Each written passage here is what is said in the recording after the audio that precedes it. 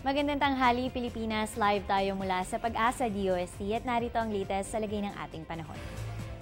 Magandang balita dahil good weather ang nararanasan sa buong bansa. Pero huwag kalimutan na magbaon pa rin ang payong kung lalabas ng bahay dahil ayon sa Pag-asa, kapag buwan ng Mayo ay talagang mas madalas ang mga pag-ulan sa hapon o gabi. At sa puntong ito, may tatlong weather system ang nakakaapekto sa bansa. Una ay ang ridge o dulo po ng high pressure area na nakakaapekto dito yan sa extreme northern Luzon. Ang pangalawa naman ay ang easterlies o yung mainit na hangin na dumediretso naman po dito yan sa Visayas area. At ang pangatlo ay ang intertropical convergence zone o yung mas kilala sa tawag na ITZZ na nakakaapekto naman dito po yan sa Mindanao. Linawin lamang natin para sa kaalaman ng lahat, ang ITZZ ay parang belt ng Earth kung saan ito yung pinakabasang area. Dahil dito nagsasalubong ang hangin na galing po dito yan sa Hilaga at sa Timog, na nagbubuo naman ng kaulapan kung saan nanggagaling ang mga pag-ulan. Kaya naman para sa mga taga Southern Mindanao ayon sa Pag-asa ay asahan ng mga pag-ulan ngayong araw. Samantala sa aming pagbabalik, alamin natin ang lagay ng mga sakahan. Iyan at iba pa matapos ang isang paalala.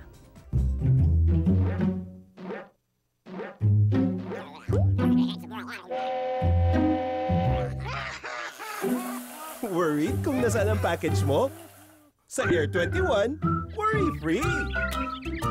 May real-time SMS updates kaya alam mong status ng padala mo every step of the way. Why worry? Pwede namang worry-free. Sa Air 21, sagot ko, padala mo. Time check po muna tayo, 11:59 ng tanghali ayon yan sa Philippine Standard Time.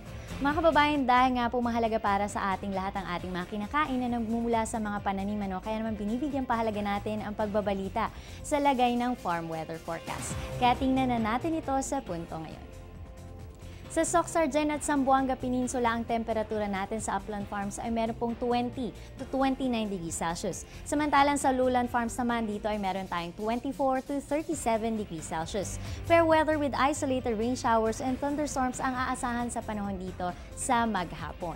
Samantalang ang relative humidity natin dito ay 65 to 98% at may leaf wetness po tayo na 4 to 6 hours. At sa iba namang bahagi ng bansa, asahan ng temperatura sa upland farms na merong 15 to 24 degrees Celsius, samantalang sa lowland farms ay meron po tayong 25 to 37 degrees Celsius. Asahan din na magandang panahon na may pulo-pulong pag-ulan, pagkidlat, pagkulog dito.